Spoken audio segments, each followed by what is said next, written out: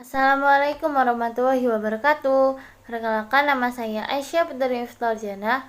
Di sini saya akan meresensi sebuah buku yang berjudul Sobani Iruyo. Buku ini tuh berlatar Jepang. Yang pertama, identitas buku. Buku ini tuh berjudul Sobani Iruyo yang ditulis oleh Yohana Dianika, yang diterbitkan oleh Bentang Belia dan diterbitkan pada April 2012. Yang berhalaman 149 halaman. Yang kedua, sinopsis. Buku ini bercerita tentang Mika Nakajima yang harus pindah ke Tokyo pada masa SMA-nya. Ia di sana bertemu banyak hal yang tidak terduga.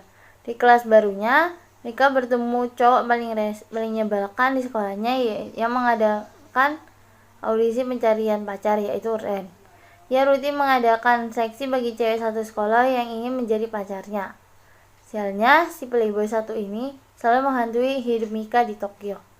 Mika sendiri belum bisa melupakan kenangan indah di desa Shirakawa, kampung halamannya. Takayama bersaudara, teman masa kecilnya, masih selalu terbayang dalam ingatan Mika, terutama Kak Kenji, cowok yang ia sukai sejak kecil. Buku ini mengisahkan tentang kisah cinta anak remaja antara Michi, Ren, dan Kenji. Mika Nakajima adalah nama asli dari Michi. Hanya Ren sajalah yang memanggil Mika dengan sebutan Michi, lalu diikuti oleh teman-teman lainnya. Kenji yang dipanggil Kak oleh Michi ternyata diam-diam disukai oleh Michi. Padahal ada laki-laki lain yang diam-diam juga menyukainya, yaitu Ren, yang diam-diam menyimpan rasa padanya dengan kertas yang bertuliskan Michi Daisuki, yang ternyata hilang entah kemana. Yang Michi mengira kalau kertas tersebut adalah tulisan dari Kak Kenji. Ternyata diam-diam dari Ren yang diam-diam menyukainya, cara dia menaruh perhatian padanya.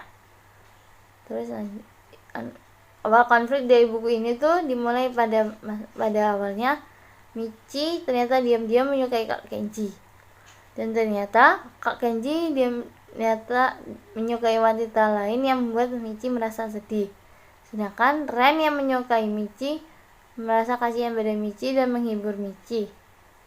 Pada akhirnya, Kak Kenji menyatakan cintanya pada wanita yang ia sukai dan mengejar cintanya, dan memutuskan untuk bersama wanita yang ia cintai. Sedangkan Michi dan Ren memutuskan untuk menyatakan cintanya pada Michi, dan Michi menerimanya dan juga menyukai Ren pada akhirnya.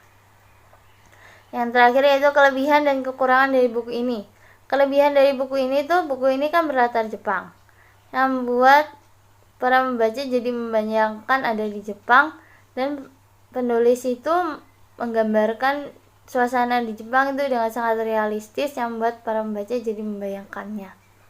Yang kedua yaitu alur ceritanya itu menyenangkan yang membuat para pembaca merasa tidak bosan untuk membacanya. Yang ketiga, terdapat beberapa kosakata dalam bahasa Jepang yang diartikan yang bisa membuat para pembaca menjadi paham apa arti dari kosakata tersebut.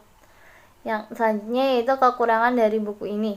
Kekurangannya pertama, alurnya terasa cepat yang membuat para perasaan dari para nokohan itu tidak digambarkan dengan jelas. Terus yang kedua, endingnya itu mudah ditebak.